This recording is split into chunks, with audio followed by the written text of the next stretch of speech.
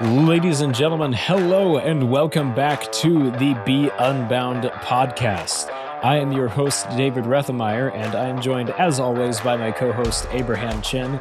Abe, this week we are having a conversation with some alumni of our program who are entrepreneurs in a very specialized but very challenging field. Tell us a little bit about what we get to look forward to today. Yes, sir. Welcome to Unbound Pursuits. Today we are talking with some of our real estate people.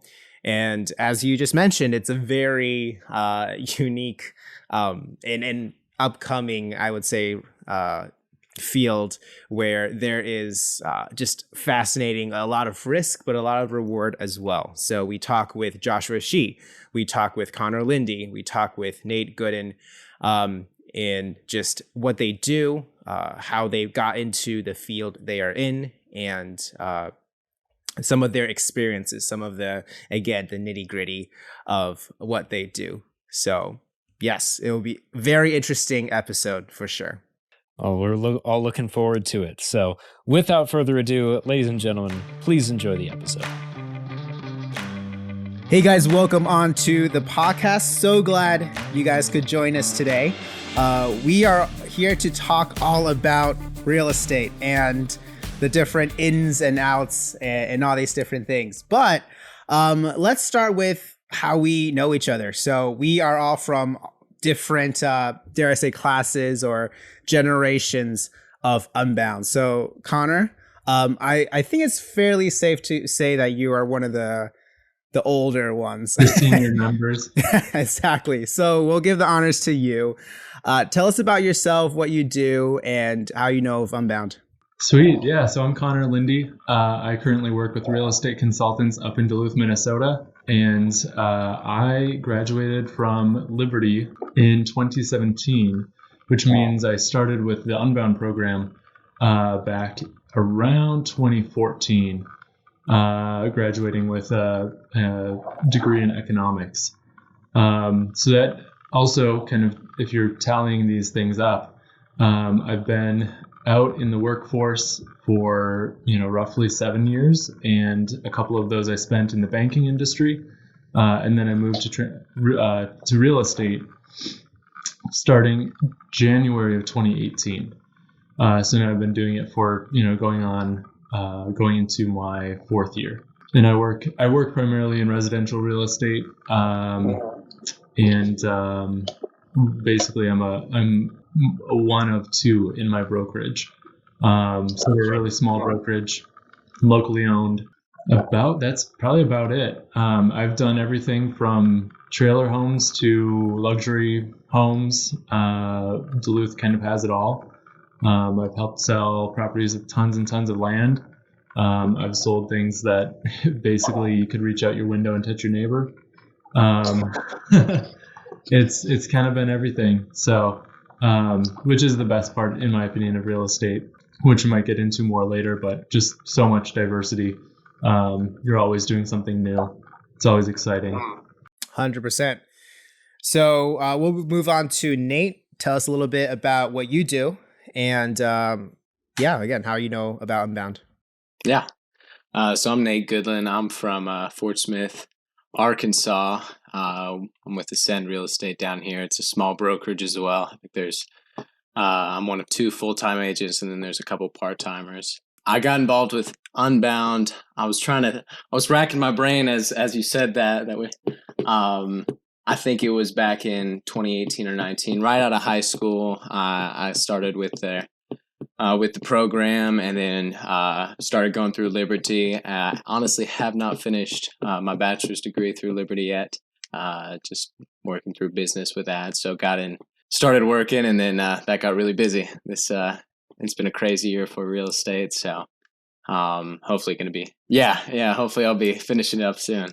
But yeah, I'm a listing specialist basically at our office. I kind of handle I do most of the working with sellers, helping people sell their houses, and very similar to Connor, we do everything. A little bit of commercial, I do a lot of investment properties, working with investors, and just big ones, small ones, a lot of mobile homes in this area as well.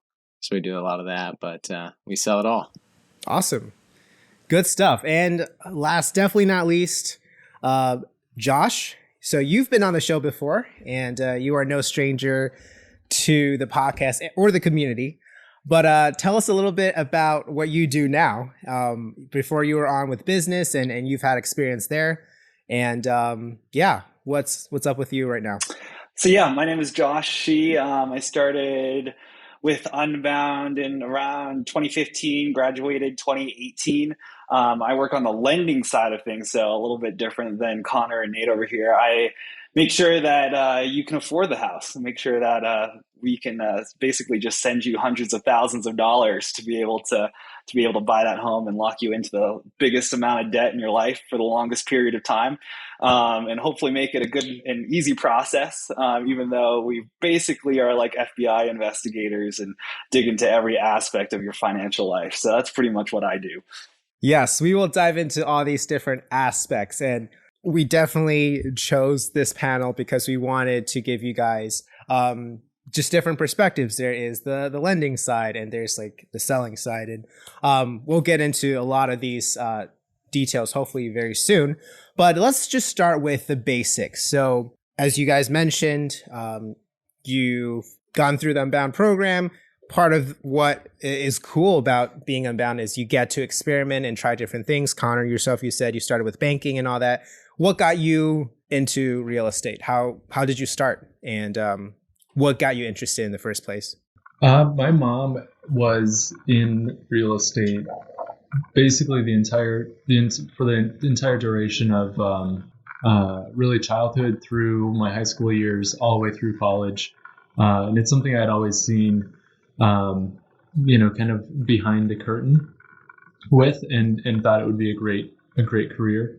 The piece that scared me away from jumping in sooner, I think, was just the way that it could fluctuate, and seeing kind of the way that my mom treated it. It was very much a second income for my house growing up, and so I just didn't know that was really my life.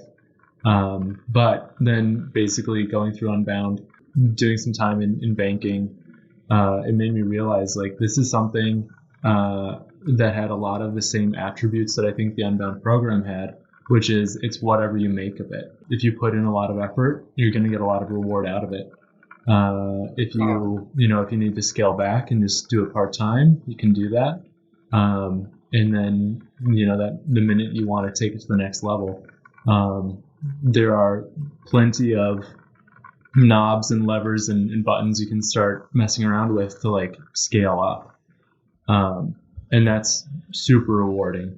It's terrifying at times, but it's also super rewarding, to the point that thinking about kind of going back to what we as realtors would call a normal job, it like starts to suck the life out of me even just thinking about it. So to put it very, very simply, what attracted me, I think, initially was the flexibility. And I saw that as flexibility in schedule primarily. But after having been in it a couple of years now, I think the piece that keeps us around is the flexibility of scale. Yeah, that's a really good point. And being able to work on different projects and things like that is really interesting. Yeah, let's get into your experiences, Nate and Josh. Nate, you can go first. But again, yeah, like what got you started? Was this something that you started off wanting to jump into, or what was that like? Yeah, I did not picture myself in real estate, if I'm being honest. I've grown up around people that were involved in real estate. My dad had some rental properties. I knew some realtors, but it was never something I really thought seriously about until November of 2020. My now broker, who I had gone to church with, grew up around, he took me out to lunch and said, "Hey man, I'm starting my own brokerage." He'd been an agent for a while. He's like, "I think you should get your license." And I had not thought about it at all before then, but after he took me out and started kind of taking me through what he did, and it was just very attractive to me for a lot of the reasons Connor listed. It's very flexible. I could do school around it. I could do other things around it. And the really exciting thing to me that really kind of captured my attention was how much you can do in it. There's no limit to how much real estate you can sell. You don't have to go anywhere to find someone who owns a house. Everyone knows property owner. All these people are buying and selling. There's unlimited business. No matter how many agents there are, there's unlimited business. And that was really exciting to me, and just really kind of inspired me to get more into it and just see where it could go. So it wasn't something I always grew up thinking I would do, but it happened. I got my license and started working in July of 2021, and there you go. Haven't looked back. Very cool. And we'll touch on, again, some of the details in a bit. But Josh, I know for you, you've also kind of gone into this world fairly recently. Tell us about that process. Yeah, like I said, it's kind of been almost a year. It'll be a year in July. And so I guess to backtrack, I was working in politics, and so in politics, you're making calls, you're knocking doors, you're doing all the things that you would do in sales, and kind of like a realtor. Our job as LOs are really to sell to realtors, and get their business from their clients. And so I realized that all the weekends that I was putting into politics, all the late nights for events, kind of what Nate and Connor were saying, the more you work doesn't mean the more you get paid in the traditional 9-to-5 job. Your pay stays the same. And so I thought it was really attractive, one, for family. Got married, had a kid, and realized that, hey, I don't want to spend all my life here just working away, even though I love work, and miss out on the things that are most important to me. And so I think on the side of real estate in general, gives you that freedom, that flexibility to do that. And yeah, I just love that. For me, at least, every day is different. Every property is different. Every buyer's different. And so the days are never the same. It's always interesting. So that's kind of what got me into real estate. Yeah. And just touching on the whole flexibility, I love how that's something all you guys mentioned. Let me just throw this out there. Any one of you guys can jump in and answer this. But yeah, what does generally what you guys do look like? Kind of like walk me through the process. This is especially for those of us who are unbounders or students who are looking into getting into this field, thinking about the flexibility and all that. What does it practically look like? Let's say from the day to day or property to property. I can jump on that. Yeah, so day to day, the cool thing about being an agent is it's not a lot is the same. There's a lot of things that differ. Every transaction is going to be a little bit different, but you're going to be doing a lot of paperwork. You're going to be going through a lot of contracts, usually listing agreements. There's a lot of paperwork involved in every transaction, and I'm not at the point yet where I have an assistant or a coordinator doing all my paperwork. So I do a lot of that, and there's a lot for me. A lot of the business I get is from cold calls and finding people that are trying to sell their house themselves, or people that tried to sell their house a year or two ago and it never sold. Just trying to get phone numbers, call them, just try to get a conversation started, just trying to get a relationship started, and just seeing what their needs are, what their problems are, what their pain points are, and just seeing if we have a solution for them. So a lot of my day is just getting up, making calls, finding people to call. That's half of the battle is finding people to call, and then staying in touch with title companies and with your sellers and with your clients, and just a lot of time on the phone and a lot of time running around. But yeah, that's usually the day to day for me. For sure. And Connor, a question for you then. Is your experience similar with Nate's, or like how is it different? And a follow-up question I would love to hear from you is, with all this, what is a skill that you feel like you've used a lot with, working with people and whether it's selling or finding properties and all these things? Yeah, absolutely. Actually, that's funny you asked that question, because that's right where I was going to take it. I would say, yeah, a lot of exactly what Nate said is exactly how my day looks. It's a lot of, it can be a lot of busy work on one end of the spectrum, with the paperwork side. Also, say if you're showing houses to prospective buyers, That means you're visiting, potentially, up to a dozen houses in a week, or more per client. And so that's just a lot of running around town, which is fun in a lot of ways. I always tell people that's probably one of the best things about it is you really get to know the area in which you live, unlike anybody else, because you think about it, so many other people just commute back and forth to work, to church, to kind of the areas that they frequent, but we're all over the place, and it's really pretty cool. And then, as far as the skills go, the longer I'm in real estate, the longer I realize it's sales. And I want to give kind of a definition for that, because I think a lot of people think of sales as this talking head, this incessant, like, buy my product, right? In real estate, it's exactly what Nate said. It's a matter of talking to people, getting a conversation started, hearing what their problems are, and hearing what motivates them and where they're headed in life. And then being able to say, hey, I have this or that tool that can assist you in that. I can remove this pain and move you toward, your goal over here. And that's really all we do. And in fact, I would say we do it on several different levels. So, when you're talking about cold calling, that's exactly how you start these conversations. It's basically, hey, I see you tried to sell your house 2 years ago and then you quit. What happened? Because no one quits, like, without a reason. And a lot of times that reason is, something didn't work out, or our plans fell through, or somebody dropped the ball. And so then to basically determine, okay, how do we pick up where you left off and take it from there?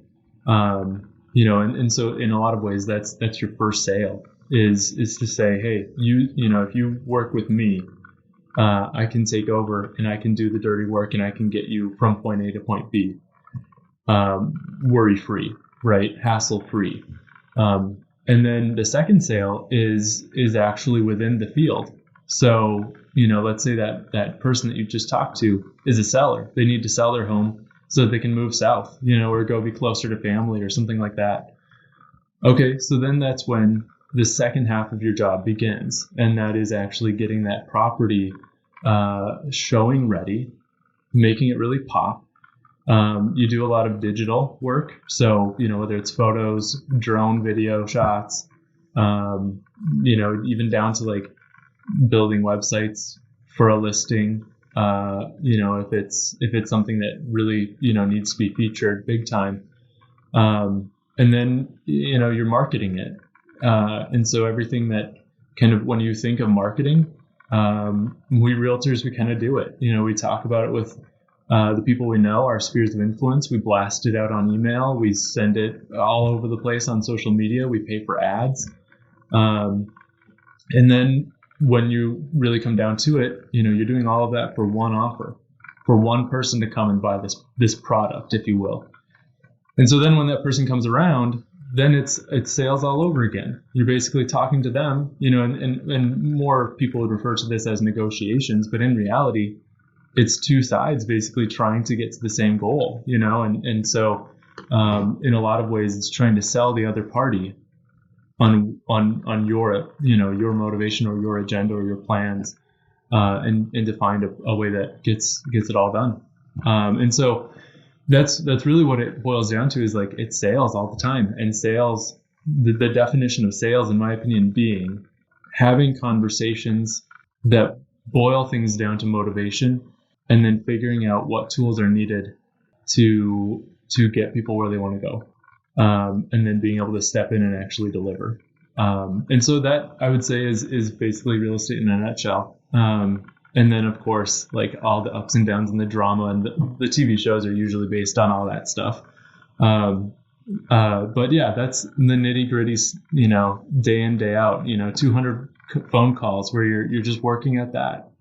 And then you get one solid conversation, and you're looking to meet that guy's needs, or achieve that person's goals, or get that, newly married couple into a new house.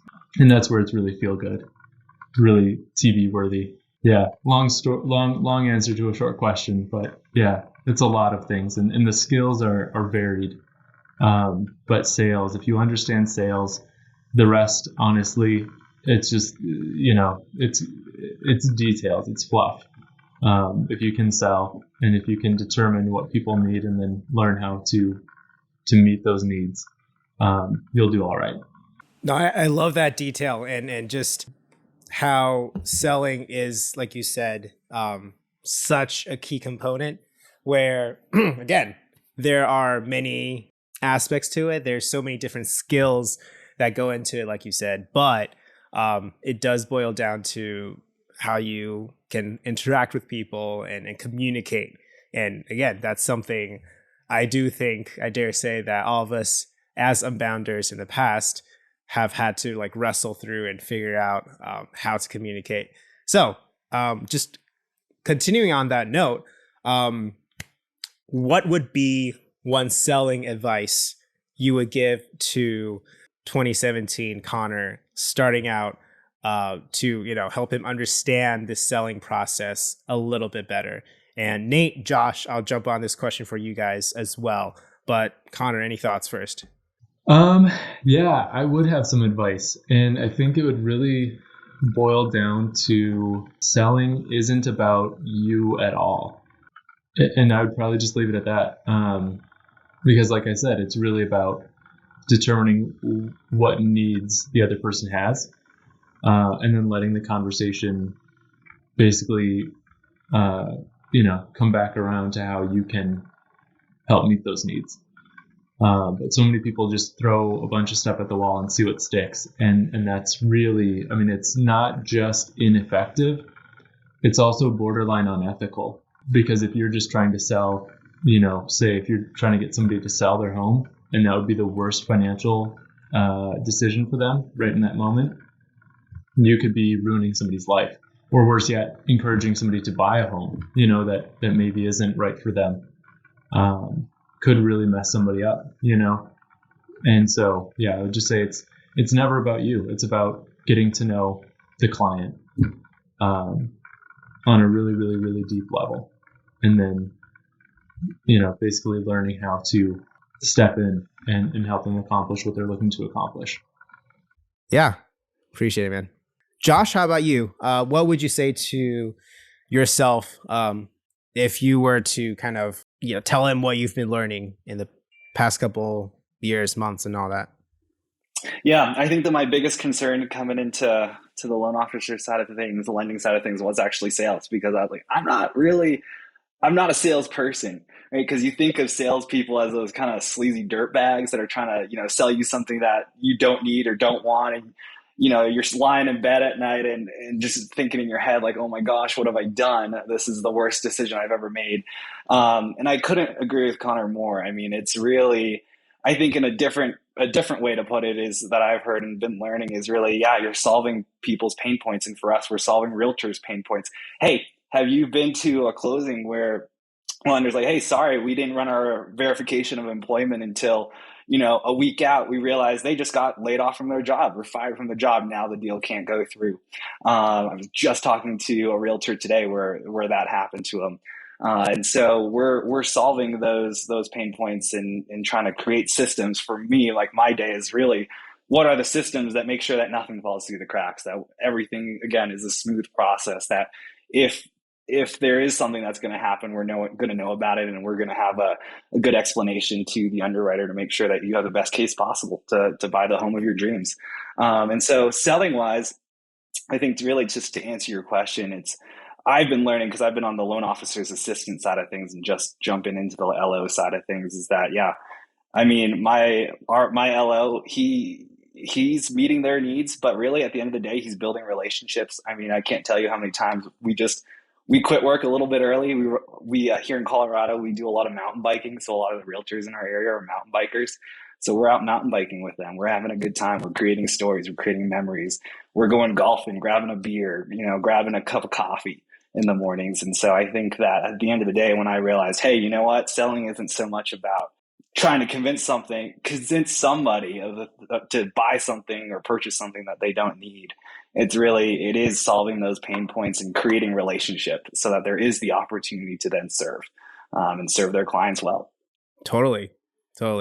Nate, how about you? How has selling been for you, and what have you learned? A lot of the same stuff as Connor and Josh. Just realizing that, yeah, you're a problem solver.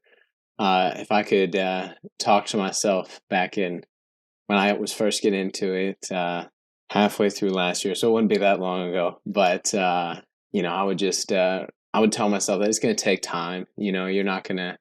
I was blessed to be able to jump in and get stuff started pretty quickly, but there's a lot of your work isn't going to pay off in a month or 2 months. It's going to take time to see those relationships pay off. It takes a while. You're gonna put out a lot of value before you start getting it back, but that's how you do it right. Connor, I think, said a little bit about this, but it's not about you. Sales is not about you. You are not the hero of the story. I don't know how many of the listeners have read the Story brand, but I had a buddy that worked for them, and he made me read the book several times. But just remembering, you're the guide. They are the hero. You're the guide. You're solving their problems. You're there to help them and position them to succeed. And the moment you stop doing that is the moment you're no longer worth what they're paying you. And they're going to find someone else that can do it better. So if you position yourself as the guide, you're going to succeed, and you're going to help people succeed. Totally. So that's what I would tell myself. Yes, 100%. And hey, I mean, we're not sponsoring anything, but shout out to Story Brand, Donald Miller. I mean, if you're Unbound, you really kind of love their stuff. So, but yeah, okay. So let's talk about the experiences. What has been one of the more difficult sells for you guys? Again, this is for anyone. Jump in if you have a story. But what was a difficult sell, and how did you find a way to kind of overcome that? I have fired clients. Man, there are so many crazy people. Sometimes the solution is just firing them, letting them go. Just get out of the contract. Don't work for them. I've had some crazy people and some crazy situations, but I think my favorite was walking through an investment property where the person was a hoarder, and it was literal trash to the ceilings, and they'd cleared a path where you were walking about on 2 feet of stacked trash, and you were just surrounded. And there were some dead animals in the house. So that was my favorite. But the solution is almost always to just don't work with them. Just move on. Find another sale. Move on. It's not worth it. I was going to ask you, like, what's your crazy meter? But then you just threw in some. Okay, yeah, there were some dead animals. I'm like, okay, yeah, like there we go. But Connor, any stories? Oh man. I was going to take it to feel good, like one of my successes routes, but I mean, dead animals on the floor, you can't beat that. Yeah, I mean, this is maybe more in the line of like inspiring or whatever, but like I remember I was early in the real estate career. And Nate, I mean, I've been watching you on Facebook, like you're killing it, man. Like your first year, you've done a great job. But most realtors in their first year, I think it's like 8 out of 10 realtors quit in their first year. They drop out. They can't do it. It's not for them. So anyway, my first year, I just was hounding this lady. She was trying to sell a house. It was a nicer home for the area. And it was clear she needed to leave. Like it was clear she had something she was trying to get to. And she had it listed herself. And I just kept following up. And I just kept on giving that call and saying like, hey, how are things going? Like, any successes, any offers? Can I help you review offers if you're getting them? But she wasn't getting anything. And so eventually, and when you develop a relationship with people like this, where you're talking to them on a weekly basis, asking them the same questions that you asked them last week, they start to, and then of course, like, I provided some paperwork that might help her get it sold and things like that. So just adding little bits and pieces of value. But eventually you get to that point where you're like, hey, you want to get out of here. And this has taken far longer than you initially planned. can I help you like get this done? And of course, like we listed it, I marketed it, and it sold. And that was my first big listing. I had some, but they were really pretty unremarkable. But yeah, just following up and continuing to persist in asking those questions, even when you either feel like you're being a bother or they, seem like they're going to give you the exact same answers they did, the week prior. I mean, that was probably one of my favorite because it was a young version of myself trying to do what was right and actually coming upon it and actually doing it and then actually being rewarded for doing it.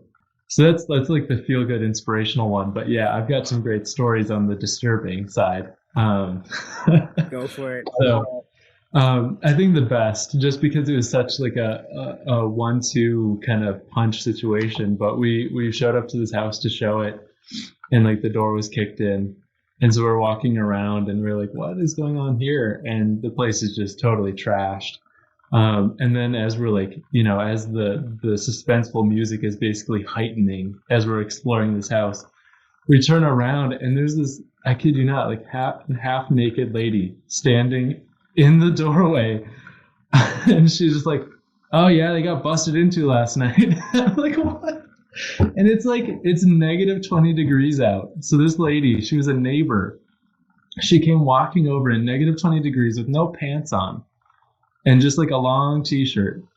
And she's just like, oh yeah, they got busted into, the cops were called, they're all here, blah, blah, blah. And I just turned to my clients and I'm like, well, I guess we're not buying this one.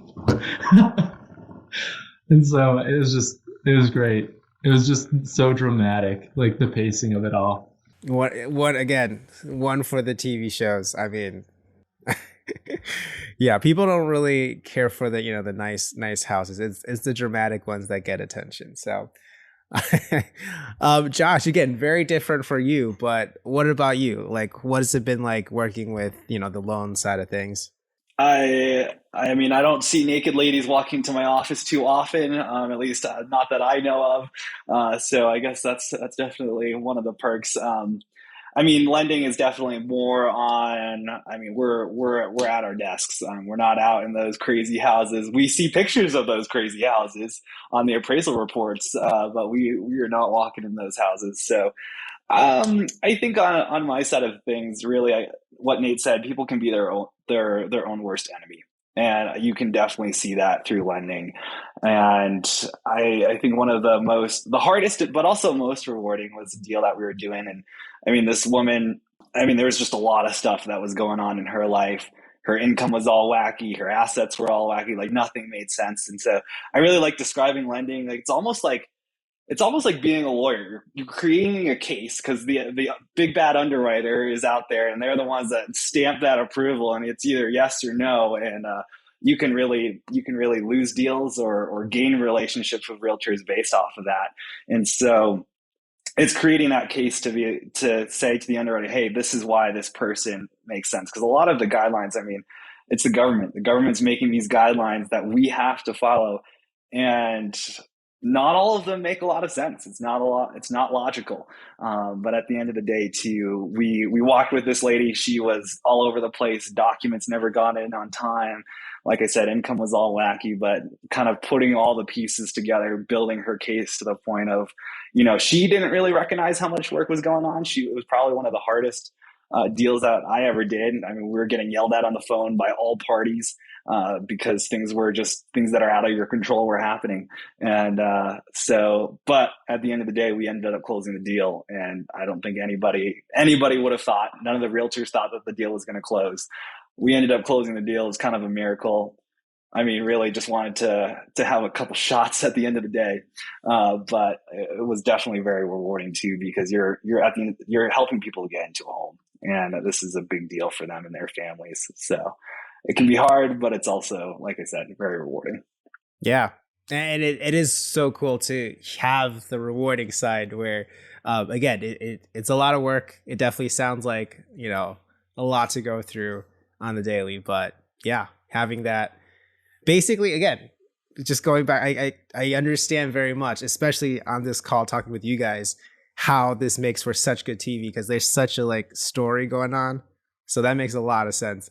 So that being said, a question for you guys. I've been asking the questions. I've been kind of talking about all these things, but what is something or even a question that you wish people would ask you, or wish people would understand about your role, your current career? Is there something that is often misunderstood, or something that you wish people had a bit more understanding when working with you guys? So I guess I'll go back and kind of point out the beauty of having a great realtor. The first time that Jordan and I were buying a house, Colorado Springs, Colorado in general is like just crazy hot market. I mean, everywhere is kind of a crazy hot market right now.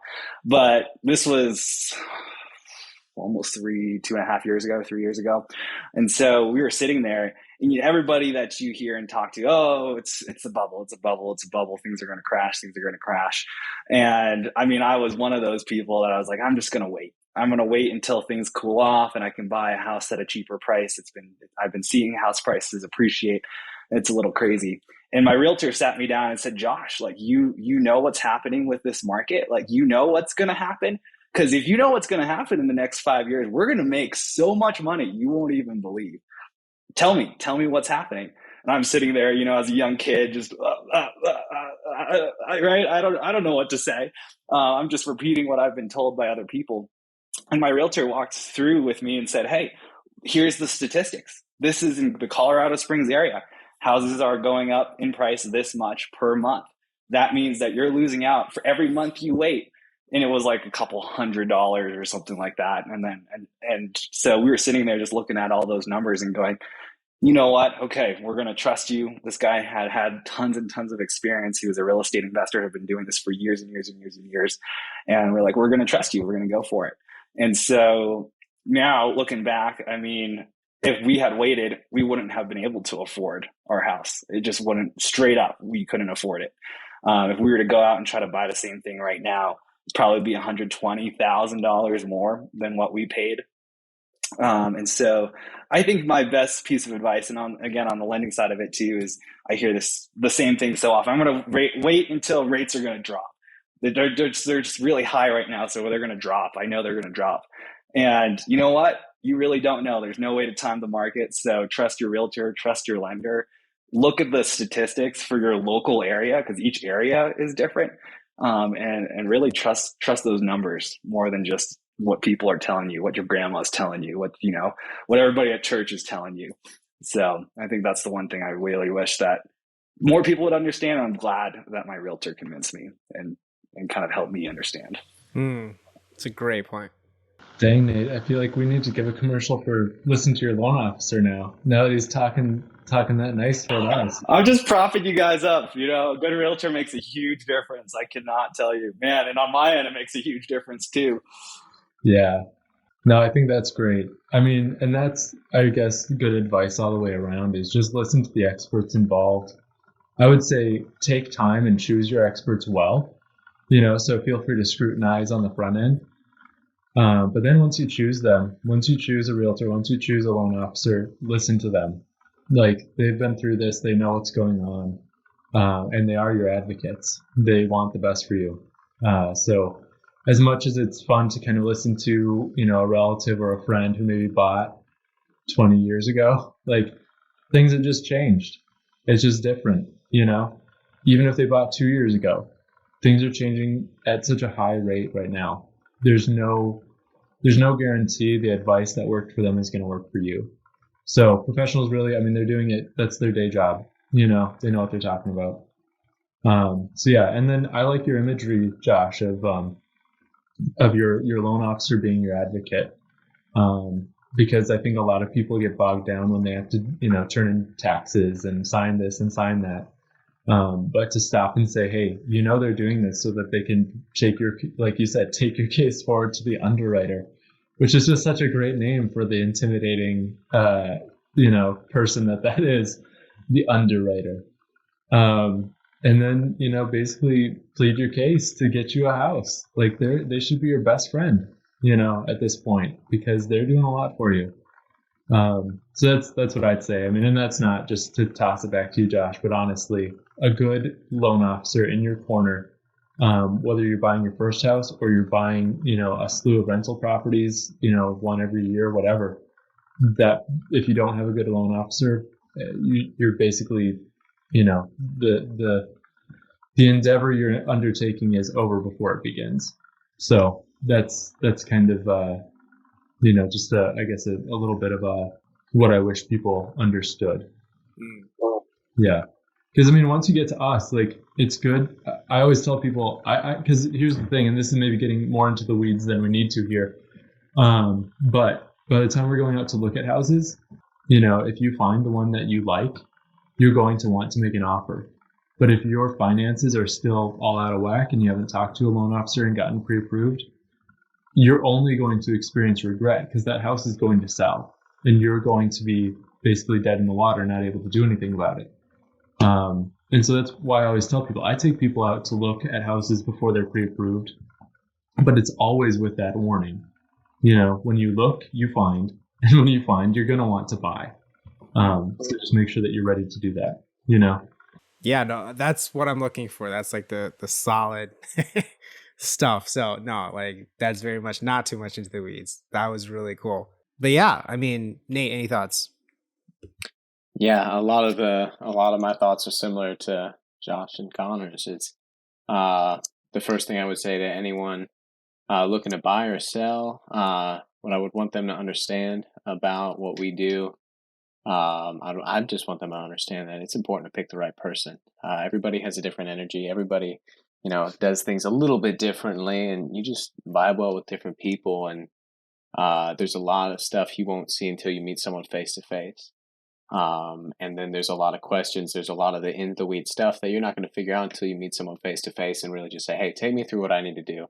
Because if you're a first time home buyer, there's a lot of stuff you don't know. You don't know you're not supposed to go and put $8,000 worth of furniture on a credit card, the week before your house closes. Josh is shaking his head because I'm sure it happens. People are stupid. They don't know. And there's a lot of cases where they don't know what questions to ask. And, I would just want people to set up a consult, whether you're buying or selling, don't be afraid to look at different people, go through different agents. Once you pick an agent, stick with them. Because they're going to be your best friend. They're going to help you through everything. You want to have that trust, that relationship established, but make sure you're with the right person that's going to treat you right and is going to do everything ethically and above board and knows what they're doing. And then stick with them, and they'll tell you which questions to ask. So they'll tell you, hey, are you pre-approved? Yeah, I don't show anybody a house unless they're pre-approved, because stuff sells so quick. Unless they're like my best friend, or they, I know their bank statements. It's like, hey, it's going to be a waste of our time. I'm not, we're not window shopping here. We gotta keep moving. But there's a lot of stuff that I had no idea about until I started in real estate. And there's a lot of stuff that buyers and sellers have no idea about because they don't work in real estate. The advice they got from their grandpa who bought the farm for $15,000 and traded for a tractor in 1980. His advice isn't really relevant anymore. There's just a lot of stuff they don't know. And it's just important to meet with professionals and figure out what questions you need to be asking. Funny story. I'm just going to jump in here, Nate. I had a guy 2 weeks ago, actually a lady who was like a week before closing. We were like, hey, so we went to go call your employer and you no longer work there, huh? And they're like, oh yeah, I decided to leave my job, switch jobs 2 weeks ago. They're like, oh, that's great. Like, didn't think to let us know that you were switching jobs and now we're a week out from closing. All right. Thankfully it was all fine. Like, income was pretty much the same, but man, people do some crazy stuff. Other words that could come out, but yeah, crazy stuff. This is where Michael comes on and bleeps things out, but Exactly. I need Michael to follow me around all day. He would be very busy. Yeah. So on that note, and I just think it's so fascinating. Something that honestly, even I didn't really think about, but it just makes complete sense of how, especially today, the market is moving so fast and there's so many changes going on, and how you do need a solid team. I think that does go for so many things, especially hey, dare I say, post 2020 and everything going on, like the market is just, I mean, I'm sure there was a lot of things going on before, but especially now there's so much going on even more.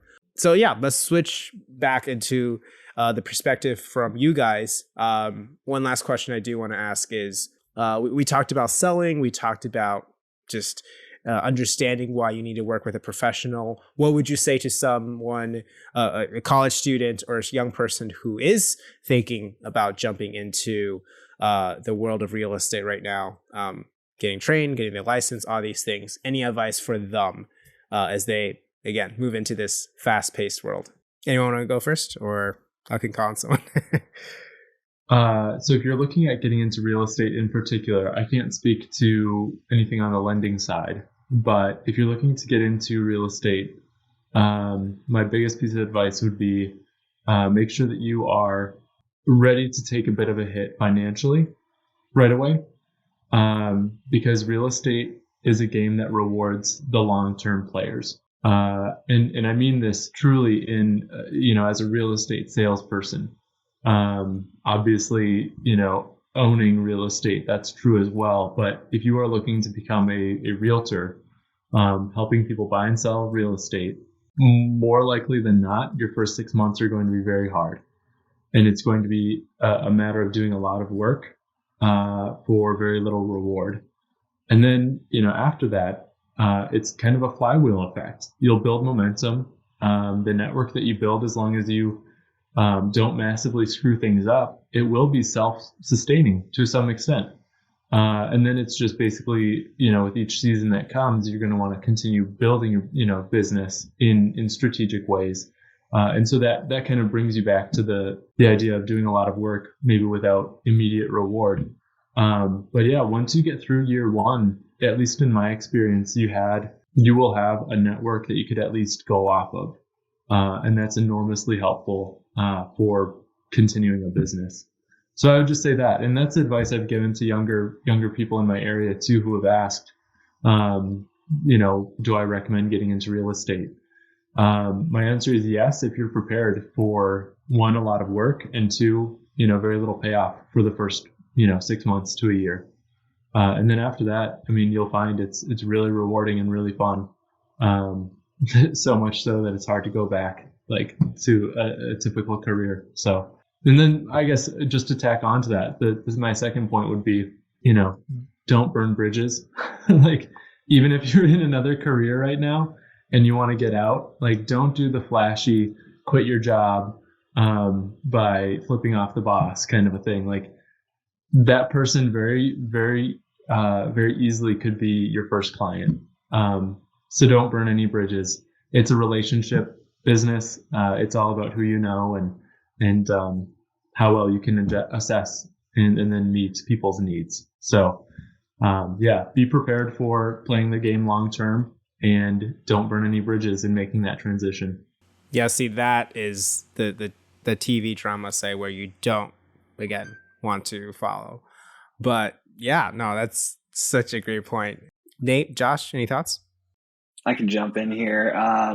Go work in politics first, because if you can cold call and talk to people about politics, you can cold call them about buying and selling a house, or you can cold call realtors to tell them why your branch, your lending business is the one that they want to go for. So I think that definitely set me up really well, because I was like, this is what I do every day anyways, except now I have the potential to, make a good bit more than what I was making before. It's kind of hard to talk about, because I'm kind of right in that starting process of going into an LO, right? I've been training, so it's not like I've built up this business like Connor or Nate for the course of years. But I will definitely vouch that the upfront cost is high, because I'm in that side of things right now. So it's just money is just going out the door, and it's going out faster than, we were expecting a lot, but it was going out faster than I expected. So, hey, is there another source of income in your household? Do you have the reserves? Because like Connor said, it really is the long game. If you can outlast all of your competition and just really work your way through it, I've been giving that advice in my office over and over and over again. Just keep going, just keep going, just keep going. You're going to ace the test. You're Unbound. You've been doing multiple choice questions. I don't know what the real estate exam is like, but man, 4 multiple choice questions using the same service that DSSTs are on. I was like, man, this is a flashback back to college. So, I mean, as far as that goes, don't worry about that. But yeah, that's what I got. All the answers are on Quizlet. That's what I tell people. Go to Quizlet. Hey, yes, sir. Yeah. For myself, what I tell people, Connor and Josh are giving you some very wise advice that I didn't take, and I got kind of lucky. I'm not gonna lie. But when I got into real estate, and I was 19. There was a bed at my parents' house that I could go to. I'd been unemployed for about 6 months at this point. When I finally got into the office, I had about $1,000 in my bank account, and it was kind of do or die for me. And it's like, okay, this is going to be it. I would definitely recommend, especially for people that have adult real person responsibilities and expenses, that you gotta take a hard look at what you're going to be able to do, make a plan. And yeah, don't go straight into flip off the boss mode. But there is potential in real estate if you're a hard worker, if you know how to make cold calls. I used to door knock and campaign for politicians as well in my younger years, and that was definitely huge. If you have those soft skills and you're willing to put in a little bit of work, you're going to do well. Surround yourself with people that are smarter than you. Try to become best buddies with that broker or with that top selling agent at any office, or get to know agents that are doing really well and learn from them. But there's potential to get in and sell houses pretty quickly. But in a lot of markets, it is tough, and you have to be ready to play the long game. But there are instances where you can get in and do pretty well pretty fast. It's one of those markets. So be prepared, make the right decision. But if you're in a place where you're younger and you can just kind of burn the boats and just jump in and give yourself no excuses. You have to get it done, or else. If you're young and able to do that, do it, because these are those sink or swim moments that can really get you successful quickly. I think the whole do it while you're younger is like, I mean, I had a lot of fears. I always knew that I was interested in running my own business, real estate, that side of things. But man, to be able to jump in at 19, I mean, I kind of wish. I'm 24 right now. I wish I was jumping in at 19 versus 24 because, a lot less, no kid to take care of, no wife to take care of. Man, I could live in the back of my car for a long time if I needed to, right? My wife's not so hot. I'm living in the back of the car. Best time to start was yesterday. Yeah, the younger the better. And it's definitely never too late. But the more responsibilities you have, the more you have to look out for. I was definitely blessed to get in at a time where, not married and don't have any kids that I know about. But best time is now. Yeah, and I would actually agree with that. Not because I took that route, but because I was kind of on the other side. So when I started, we had just gotten married the year before, and we were expecting our first kid. And so, in a similar sense, it was a do or die, in that, we've got to make ends meet here, but I would agree 100%. If you can start before you have some of those responsibilities. I mean, I just think about if I had started this in high school, I mean, because it's a relationship game, like where I'd be now, it's crazy. It's craziness. So I would even say, like, I don't know exactly what age people are going to be listening to this, but even if you're finishing up high school, dabbling in some Unbound stuff and, working a part-time job, like just start, if you've got, you do have to be over 18 in most states. So like that's one limiter, but even working as an assistant for a realtor or something like that, just getting your feet wet, getting familiar with the process and houses and stuff, I can't recommend it enough. You're making connections that could wind up proving invaluable later on. Yeah, if I could just say, like, it's so encouraging, tying it all back a little bit, as you guys are saying, with starting young and all these different things. It is, again, about the soft skills, as you guys are saying. making connections and learning to communicate, learning to find motivation for yourself and for people. And dare I say, yeah, that's why we're Unbound. That's why we want to jump into this mindset and be able to live life and find these connections, these real life connections, even as you're hopefully, younger and going through school and all these things. And even if you're not having that unbound spirit, being willing to ask questions and to learn is what can help you get to that place. So what I'm hearing is burn the boats, not the bridges. Is that a good summary? There you go. That's a tagline right there if ever I've seen one. It's going to be the title. I like that a lot. So thank you guys for being on. For the listeners, hey guys, I hope this has at least interested you into this whole world of real estate and the potential there as we close out. So each of you guys, 30 seconds, shout out your agency, what you guys are, where people can find you guys or where people can get more information about what you do. We'll go from Connor, Nate, and then Josh. How's that? So 30 seconds. Shout out whatever you want. Sweet. Yeah, mine's pretty simple. Connor Linde, basically everywhere, whether that's Facebook, Instagram, website. You can see what we're doing. Really happy that we got to do this. It was fun to see you all again, and hopefully it was valuable to you guys. Yeah, Nate Goodlin. I'm with Ascend Real Estate. I know everyone's wanting to move to Fort Smith, Arkansas, so you can find me on Facebook or, our website should be up shortly. But yeah, for any of the Unbound students that are interested, or if there's any interest in investments or real estate or wholesale, any of that, I would love to make connections. Feel free to hit me up on Facebook, on Instagram. I'd love to start some conversations and see if we can help. So I'm gonna have to hit you up. My brother and I are looking for another investment property, so maybe we'll give you a call, Nate. Do it. Heck, Connor too. Yeah, my name is Josh. Work for Primary Residential Mortgage. We're out in Colorado, so Colorado Springs area, Woodland Park. We have 2 offices. We're small, locally owned, so about 6 employees altogether. And actually, we are hiring. So since I've gotten my license here, you'll be working with me and then my other buddy, Kevin. So we're hiring a loan coordinator. So if you want to move to beautiful Colorado, we got a job for you. You can find me Facebook, Instagram. Heck, just shoot me a text, 978-389-1439.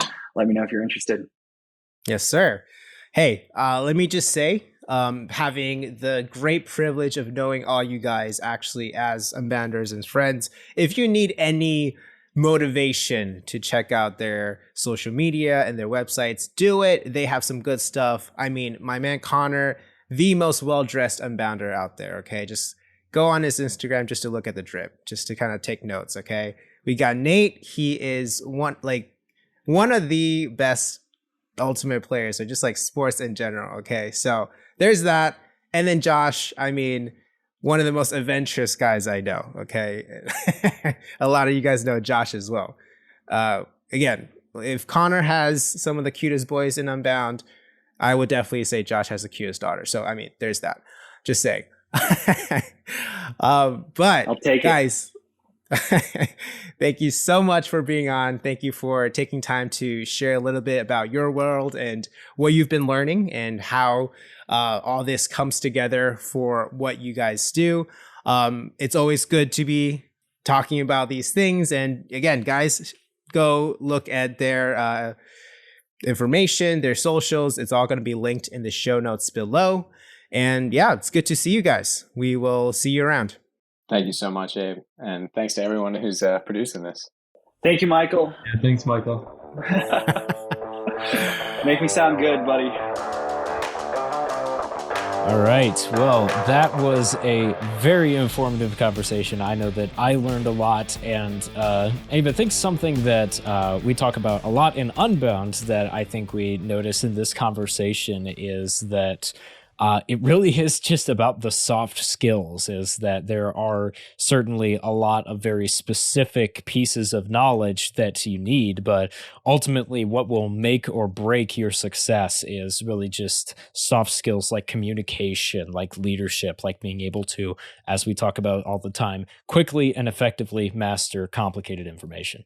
Exactly. And David, I mean, hearing this conversation, we've done a couple of Unbound Pursuits episodes, and the thing that's hit me so far, we're here in season 4, is how pretty much every single career field or occupation, all the way from the EMT EMS episode we did to the musicians episode recently to this one, in the end, again, like you said, it really is about those soft skills, those core things that we learn, whether it's communication or working with people. And I always feel like, I really relate as a media person. And so I think that's so cool to see how that is why we do what we do at Unbound. Yes, the academics, the learning is important, but we want to, like you said, teach you how to learn, how to master information quickly, how to work with people and gain leadership skills and all that. Absolutely. And that is exactly the objective of our Ascend program. Ascend is Unbound's higher education program that the goal is you will get a bachelor's degree at the end of it, but that's not the main benefit. The main benefit is that it is a leadership, real life, practical skills based program that teaches you skills that are immediately applicable and that are things that will carry over in just about any area of life. It is a higher education program that is truly designed for you to use, is designed to be used in everyday life. So if you would like to learn more about Ascend and all of the amazing things that are involved in it, be sure to check out on our website, beunbound.us/ascend. Don't just settle for a degree these days. I mean, David, you can get a degree online anywhere for a lot of money, a lot of debt, but it is so much more important to get your degree, get your education, but find ways to truly use it, find ways to live life. If you're not fully ready for college yet, we have the Navigate course. Navigate is all about asking big questions. In life, we have to make decisions. Often there are the big decisions of what job should I take, what major should I take, what job or career field should I look into? And that can be daunting. So Navigate is designed as a course for young people, high schoolers, college, really anyone of any age. If you're asking these big questions, we have to look at the way we think about these questions and how to approach life, really. Again, if you're interested, if you want to check out a little bit of what Unbound is about, this course might be for you. Go to beunbound.us/navigate. Again, beunbound.us/navigate. So we very much appreciate you all sticking around and joining us for this episode. This has been and one of our 3 different series that we have here on the Be Unbound podcast. This series, Pursuits, is where we sit down and have conversations with some of our alumni who have gone through the program and are applying the things that they've learned in the real world. We also have our Unbound Talks series where our CEO and some of our staff really dive into our educational philosophy, our series on Ask, Understand, Do, and Live. Very, very worthwhile if you want to learn more about how we deliver these real life skills in an education system. And last but certainly not least, we have our series Unbound Conversations, where we sit down with special guests who are potentially a little bit outside of Unbound, but give a unique and special perspective on some of the things that we talk about here. So thank you all so much for joining in and listening. And as always, be unbound.